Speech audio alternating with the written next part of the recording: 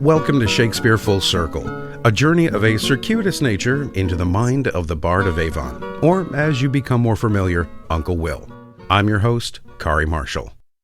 We travel back today to roughly 10 BCE, when Uncle Will's England remained under Roman rule. A tumultuous time filled with political uncertainty, murderous mandates, and some unapproved young love. Could give you some sleepless nights, groggily putting on your morning pantaloons, having not slept a wink. That phrase pops up in Cymbeline, written around 1610 with its first performance a year later. The story.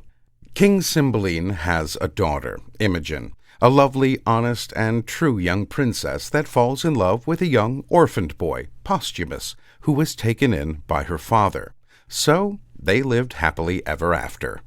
No, not really. This is Shakespeare after all, and not a fairy tale, so things are never really quite that easy when it comes to tales of teenage love, are they? Or, as Uncle Will would say in Romeo and Juliet, the course of true love never did run smooth. Liar! Liar! Liar! I know. It actually wasn't in R&J. A rookie mistake you can now avoid. You're welcome. It was, in fact, from A Midsummer Night's Dream, a play that, in keeping with our not sleeping a wink theme, in itself involves an awful lot of slumbering. But we digress.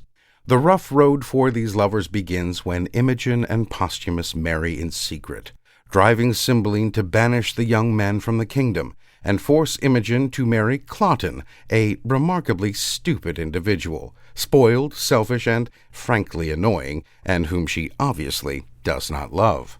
She does, however, promise to remain faithful to her Posthumus, and to that end disguises herself as a boy to flee the kingdom and her unsavory arranged marriage.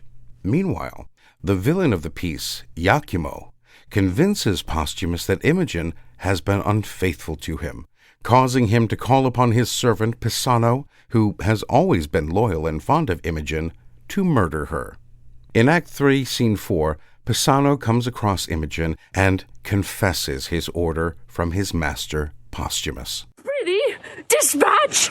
The lamb entreats the butcher. Where's thy knife? Thou art too slow to do thy master's bidding when I desire it too. Gracious lady, since I received command to do this business, I have not slept one wink. Do it and to bed then. I'll wake mine eyeballs out first. Wherefore then didst undertake it? Wherefore, indeed. There is an interesting thing to note here. Pisano says he has been unable to sleep, thinking about the deed he must commit, a deed he knows is wrong.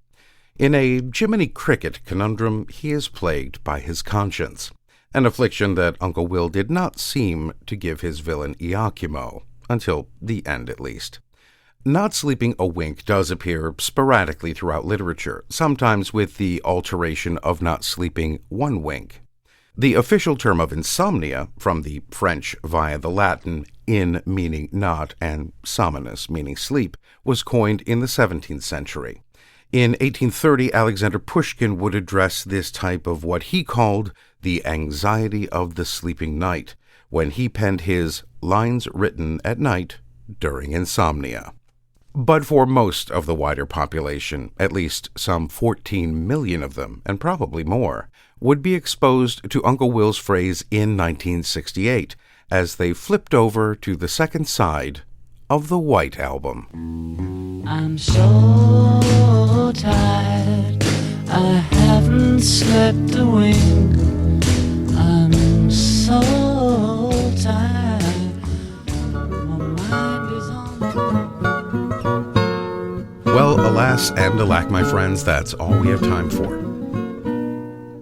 Join us again next time for another circuitous journey into the mind of Uncle William. I'm Kari Marshall. Farewell until next time. Shakespeare Full Circle is a production of WGTE Public Media. You can learn more and download all episodes at wgte.org/sfc or wherever you get your podcasts.